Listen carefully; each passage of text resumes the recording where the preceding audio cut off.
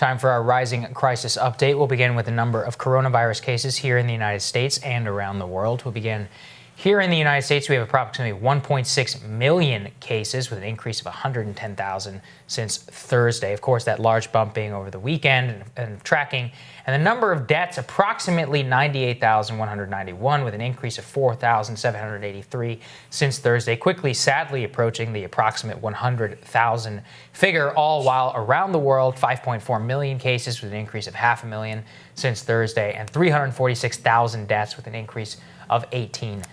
So it's, of course, headlines are going to blare around the increase and the approach to the approximate 100,000 figure.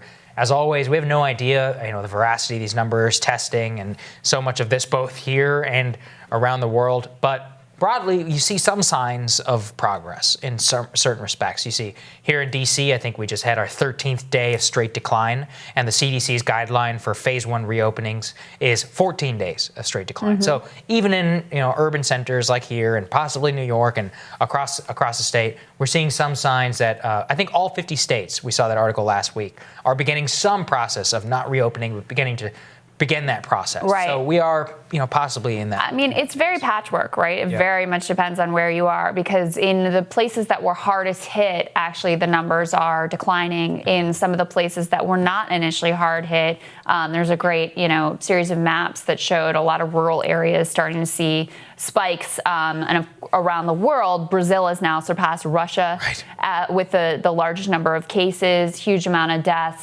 something like 374,000 cases, 23,473 deaths. Of course, Bolsonaro has downplayed this whole thing. There's a big political storm around this as well. President Trump shut down travel from Brazil, so that's one of the hotspots around the world that we're watching as well. But yeah, it's really varied, and some of these rural areas that are hard hit, part of what is fueling it is, of course, nursing homes have been huge, hotbeds all across the country. Prisons have also fueled major increases in certain rural areas, and also meatpacking plants, which is something that we've covered here really closely. And Washington Post had a report about how just at Tysons Foods, that they have had massive increase, whereas a month ago, according to news reports and analysis that they were able to get, there were about 1,600 Tyson's food employees with coronavirus. That number has spiked to 7,000. Wow. And of course, that's during a time when President Trump ordered the reopening of these meatpacking plants. There are signs that they've tried to institute some more, social distancing and sanitation and all those things. Doesn't seem to really be working because of the nature of that job itself. Yeah, you and I know what it's actually like inside these plants. It's just not social distancing. There's no, it's just inherently by design. It's something that people are very, very close together. And then you can try to mitigate that all you want, but that's just how the business is.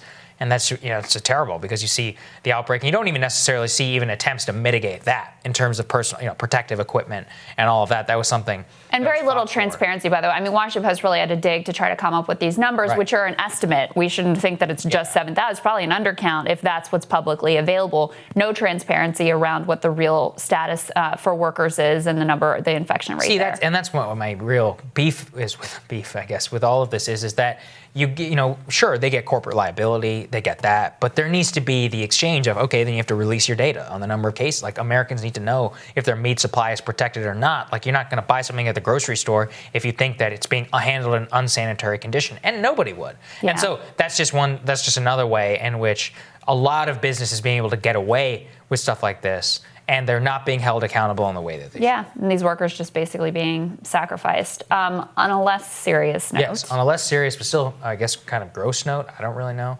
CDC is warning that rats are brazenly searching for food during the coronavirus pandemic, and that's because they are largely, a lot of the trash and a lot of people's consumption habits, restaurant waste, dumpsters, garbage, etc., is not, it's not full in the way that it used to be, and that was something that rodents were keen to eat on. So the CDC is warning that rats have now even resorted to cannibalism and infanticide because of the lack of food, especially in the home of rats, which is New York City. We have plenty of rats here in D.C. I've noticed. Isn't D.C. worse per capita? I feel like so. I read that. I see them scurrying around late at night. Plenty of rats here. Yeah, it is pretty gross. Actually, this whole article, it's USA Today, yes, right? USA Today.